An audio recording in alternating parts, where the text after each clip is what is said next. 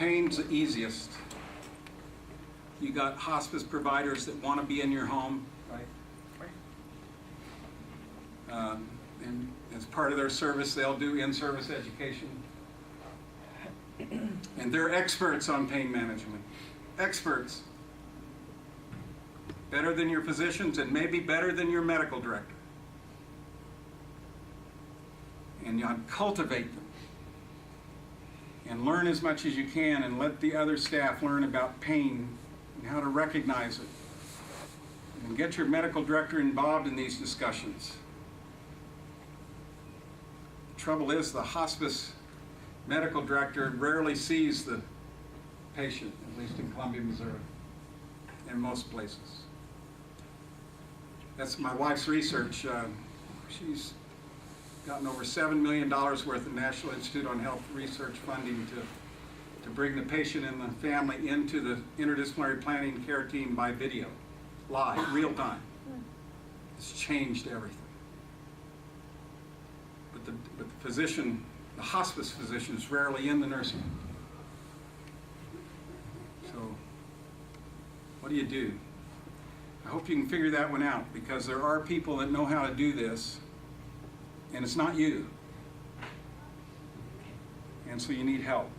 And so find it and don't report me when you smell smoke in my room. Strangers, through homework and social histories and matchmaking, you may be able to accomplish some things. Where am I?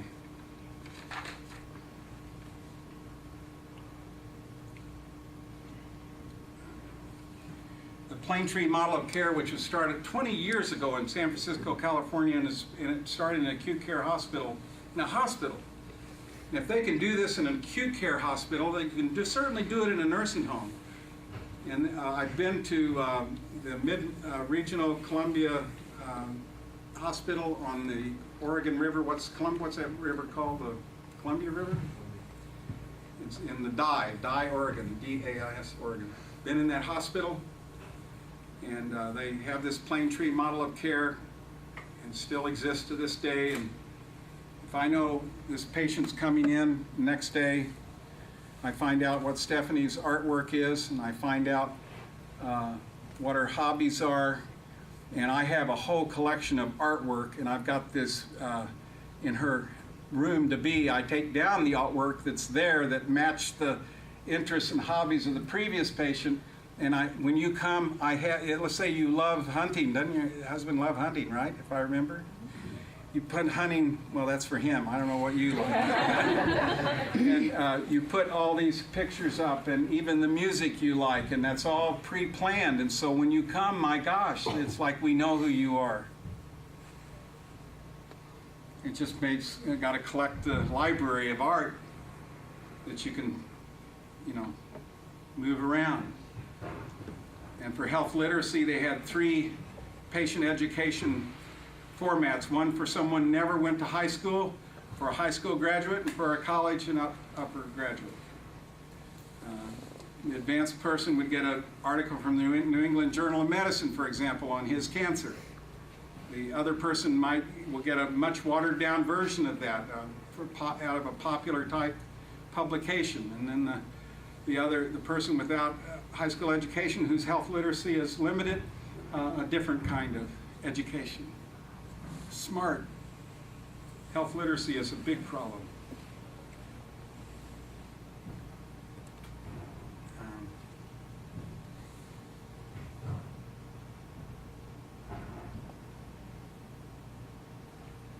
In St. Joseph, Missouri, when I was there in our SNF unit, it was a 113-bed SNF unit, and then a 120-bed intermediate care unit in the hospital-based.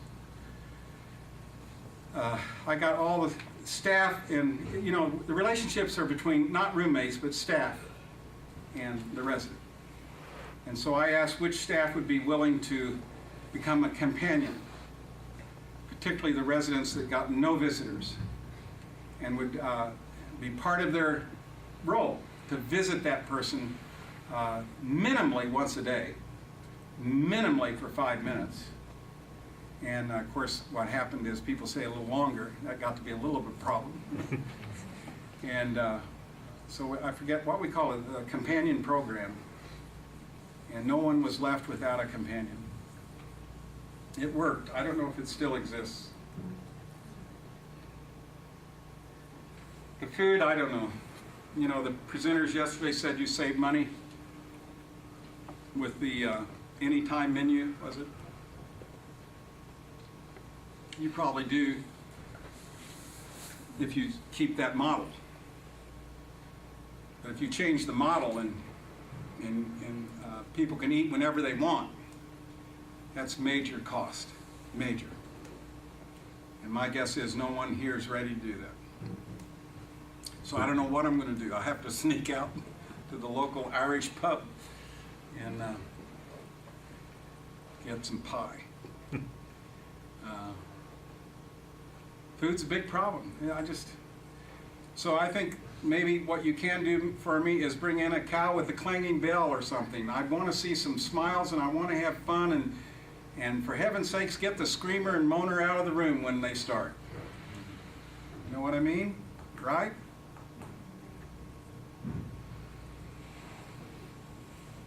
Don't mean to put down the screamer and the moaner. It doesn't do her or him, whoever it is, any good to stay there, nor the people that are there. On escaping,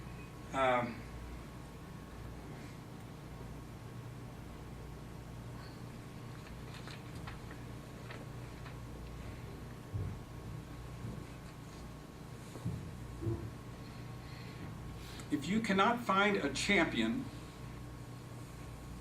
either outside the nursing home or inside the nursing home that can sponsor a transportation-like program,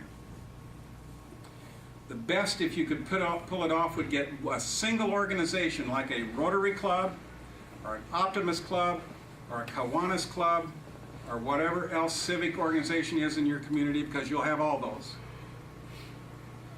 And if you can find a champion in at least one of those to help organize a system of picking up people to take them out for rides.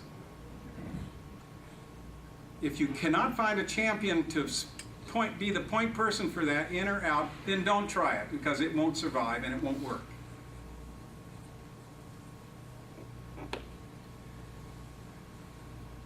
It's all about relationships, and there aren't many champions around, because what they're doing right now inside is hard work. They don't need something on top of that. But someone on the outside, if nurtured, may do it. I helped start a transportation program in San Antonio, Texas. To this day, it still exists. The city took it over with federal money. It's called Ramparts, but it started out just out of a church. And we grew from private cars to buses with a small grant, and now I forget how large the fleet is. I'm proud of that. But it was because I championed it, and then sent after me. There had to be someone. But if you can't find a champion, I wouldn't try any of that. On movement, you're going to have more collisions. You're going to have more conflicts. But you know, you have those on the outside. Why not on the inside? Good old argument every now and then's okay. You can call Joy if it gets out of hand. Hey, Joy, we got fisticuffs here. We got one that's bleeding.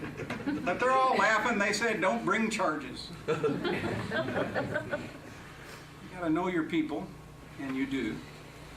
And you got to be prepared for that. And there would be more wandering as you let people move in and around where they want. The home I enjoyed most was when the Alzheimer's unit let everybody out, and there was a parade through the home. I mean, a parade. And I always thought that was kind of fun, because people with Alzheimer's, people with dementia are just fun. You know, once you remove the ability with logic, and once you remove the ability to interact with someone, and once you remove memory, you're left with humor and love, which pretty much are still intact. And except during the sundowner kind of time in the afternoon, you have some moments. But for the most part, dementia patients are wonderful.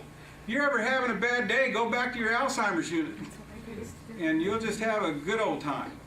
And I always did. So watching them go around smiling and with the parade sounds pretty good to me. You know, you can do some simple things. What I did in St. Joseph at the Heartland Health System, we developed a Wheel or Walk to Washington. Call it the WOW program.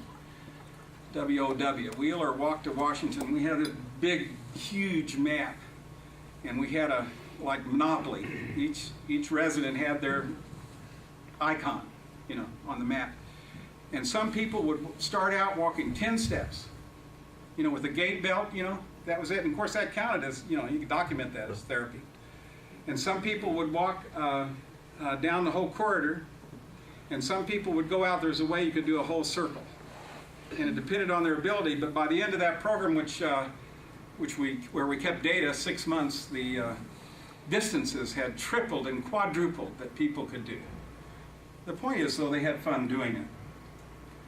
And again, it's just our imaginations. What can we come up with?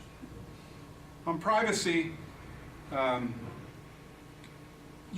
everyone knows your residents. I know that. You know who they are. You know who gets amorous, either appropriately or inappropriately, with whomever. You know who they are. And you know their habits. And unfortunately, there are probably some jokes sometimes made and disrespect over that behavior. And you just need to stop that and have some really good patient education about how some of that behavior may be inappropriate to you, but maybe not really. And I'm always, it's not related to sexuality, but I had a administrator who had a lot of awful jokes, racial jokes, in his facility. I mean, they were really bad. And I visited one day in his office, and he had a picture of, this was sometime later, and had a picture of Martin Luther King on his wall. And I said, "What's the story behind Martin Luther King's picture? I mean, it's huge." He said, "Oh, I got it in a garage sale." Garage sale? Yeah?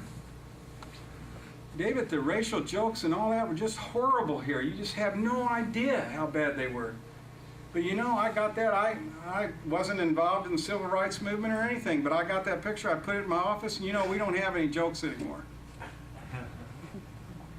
Wow. Such role modeling. Isn't that clever? Really clever. And it worked. Again, a great example of imagination. Boredom, you know, I don't know. At admission time, it's a good a time as any to find out what people's interests and hobbies are, and try to matchmake people, and be serious about matching people up that are similar. I know changing rooms is just a headache, but doing your homework might make a difference in someone's happiness.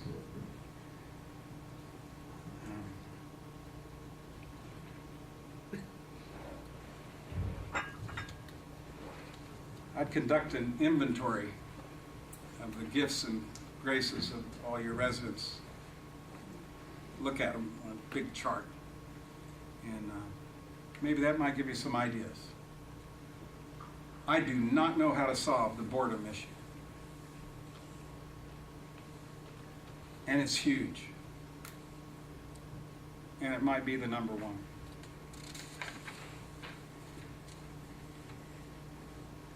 And I want to finish by saying that you want to tackle one of these, or you're already doing it. If it doesn't work, don't waste your time on others. You know? Pick one you think might work, see if you're successful. If you are, go for it. Let's do another one. but you don't have much time for me. You gotta get busy. And then it's not just me you need to think about. As I said on this clip, it's the caregiver. Caregivers suffer far more.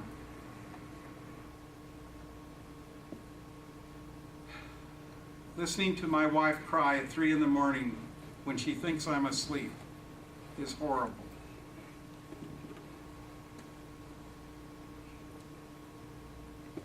And she's strong. She's so strong she can fire people and not worry about it.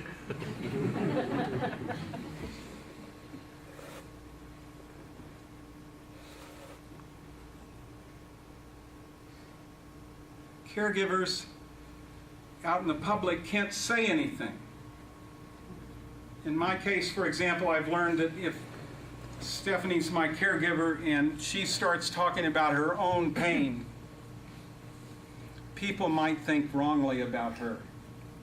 Oh, she's so selfish. Listen to her. My God, he's the one that's dying. And so they stay tight-lipped, these caregivers, and they don't talk about it. But they hurt.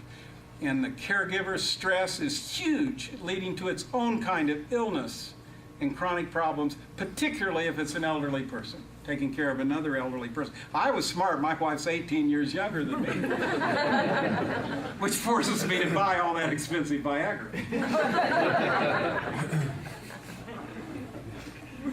So you need to take care sometimes of the caregiver as well as the resident. Okay? And I'll close by saying that when it's all said and done, I really want 2 things from you. That is easy, but you got to work at it. I want you to be honest with me, and I want you to accept me the way I am. I don't, you notice my picture on there, I couldn't believe how I look like a Buddha. And that was from the steroids, that was from the chemo. Oh my God. And my hair looked pretty good. And just be honest with me and accept me. It's like little kids, you know, that come into your facility. Little 6-year-olds, you know, all your residents get, start, not all of them, but most of them smile, come hug me, you know, oh, come over here, honey. And they get animated. It's just fun to watch. And little 6-year-old, you know, come over here. What's that tube stuck up your body? What Art Linkletter say once about kids? Say the darndest things. Kids say the darndest things. The woman says to him, honey, that's my pee. Your pee? Oh, Mary, Mary, come here. Look at this woman's pee.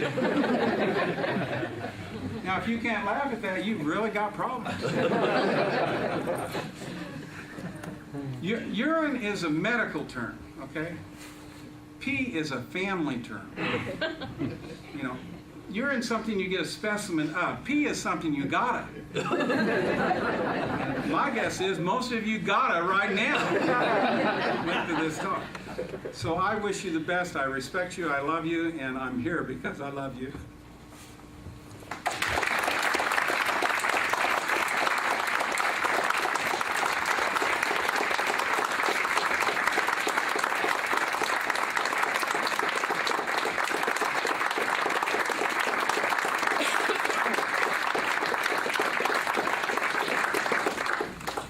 Thanks. I'll tell you where things are, since I unloaded all of this. And you'll learn a little bit about cancer, I guess. I got this incurable thing that will come back, okay? So I know that. But when is the question. The chemo did work, and I never thought it would. Because in my generation, you get cancer, it's a death sentence, and chemo was never that sure thing. And by golly, there are a lot of cancers that chemo does lead to remission. So and the chemo has shrunk my cancer. So much so, the last 2 PET scans have been what they call clear. And what clear means is that the PET scan can't see the cancer cells because they're smaller than a centimeter. They can't see that small. And I've had 2 scans like that. The first one, they wanted to do still another treatment to get it shrunk, you know, if it's shrinking it, obviously, get it as small as possible. But this cancer is an insidious, crazy, cunning, baffling thing, and who knows what's going to happen. But June the 5th, I will have my first PET scan in 3 months rather than every 6 weeks, like I've been having them. And so June 5th is kind of a nervous day for me, so you can be thinking about me on June 5th. Because we'll have the PET scan.